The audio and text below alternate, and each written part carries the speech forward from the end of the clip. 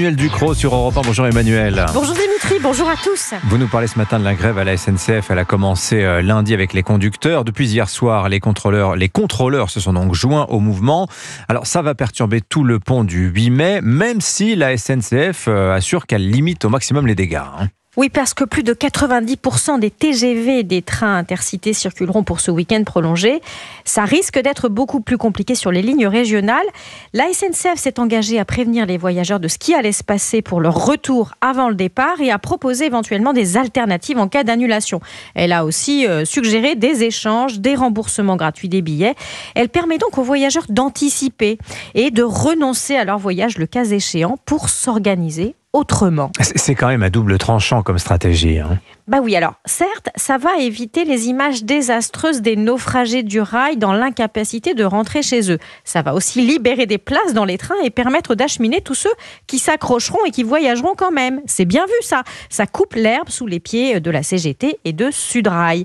Les remboursements vont peut-être coûter un peu cher, mais ça enlève aux usual suspects de la grève un pouvoir de nuisance par la désorganisation. Mais d'un autre côté, c'est aussi une façon de pousser les voyageurs dans les bras de la concurrence. Ouais, la concurrence sur le rail ? Peut-être un peu, puisqu'elle existe maintenant sur le Paris-Lyon, par exemple, avec les Italiens de Trenitalia, sur le Lyon-Perpignan ou le Marseille-Perpignan avec les Espagnols de la Renfe. Peut-être aussi un peu vers la concurrence aérienne, qui est toujours là, mais qui est plus chère. Moi, je pensais surtout à la concurrence de la route, Dimitri. La voiture. La voiture individuelle, avant, face au train, elle était coûteuse, elle était peu efficace économiquement. La nouvelle concurrence routière à laquelle la SNCF doit faire face et dans les bras de laquelle elle pousse ses clients grâce aux syndicats, à deux visages, le covoiturage et les cars Macron. Et ça, c'est vertigineux. Cette concurrence, elle est grâce à la SNCF qui fournit les clients en mesure de proposer une offre qui s'adapte en temps réel à la demande. Très élastique, très souple, ce que le train n'est pas. Un exemple. Un voyageur qui aurait renoncé au train ce week-end, car il y aurait trop d'incertitudes, a la possibilité de prendre sa voiture et de proposer, par exemple sur Blablacar, 1 ou 2 ou 3 places à petit prix.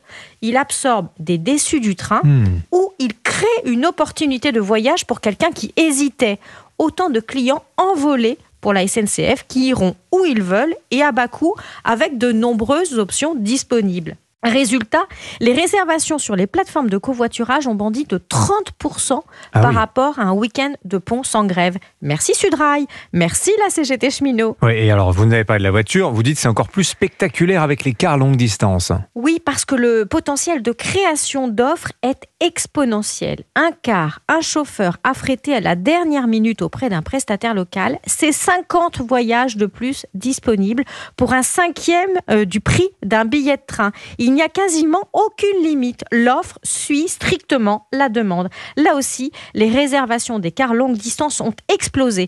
Plus de 30% encore pour ce week-end. Les syndicats cheminots ne l'ont pas encore compris, mais leur pouvoir de bloquer le pays touche à sa fin grâce à la concurrence sous toutes ses formes. Elle est en train de démonétiser la grève. Signature Europe 1, Emmanuel Ducrot. Merci beaucoup, Emmanuel.